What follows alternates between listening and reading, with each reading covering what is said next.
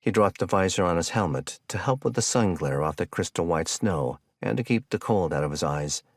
With a few kicks of his legs digging into the base, he headed for Majestic Mile, an easy blue that meandered its way down Castle Ridge Mountain like a garland around a Christmas tree. The only reason it even qualified as blue was because of a thicket of trees lining both sides of the tapered trail. Shifting his weight from side to side, and with the edges of his skis barely skimming the snow, Tom crouched lower and leaned forward to reduce drag and gain speed. He raced over smooth grooves and chiseled tight turns into the snowpack as he carved arcs down the belly of the castle. As he approached the shed, an unused, worn-down lean-to open on two sides in the woods, about 75 feet off the right side of Majesty Mile, marking the halfway point down the trail, Tom thought he glimpsed movement in the woods over his right shoulder. He slowed his momentum, came to a stop, and raised his visor. He didn't realize it at first, but his thighs burned and his heart was pounding. Time to hit the gym harder, he thought. He waited for his eyes to adjust to the whiteness around him as he surveyed the woods, forcing himself to listen. Silence. Moving closer to the edge of the trail, he squinted through the leafless trees and glanced at the snow-covered ground. He saw nothing. Newly fallen snow leading off the trail was untouched and pristine, like a blanket of puffy white powder.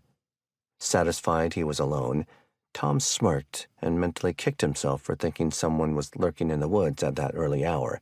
Wiping morning grit from his eyes with his gloved hand, he lowered his visor again, pivoted left, dug into the snow, and headed for the lodge.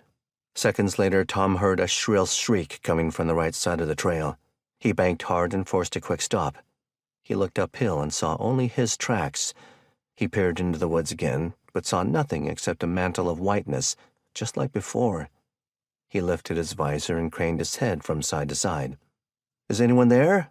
Is someone hurt?" Tom wondered if a hiker or a snowshoer was lost in the woods, just waiting to be rescued. Shifting his weight to keep from sliding downhill, he scanned the terrain again. He removed his helmet and adjusted his ski hood over his head. "Hello? Is someone injured?" Just then he saw something move to his left, deep in the woods. It was a person.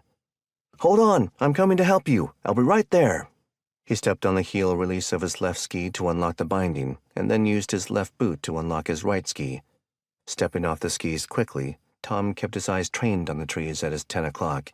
He scrambled gingerly down the icy embankment and steadied himself while training his sights on the spot where he had seen movement.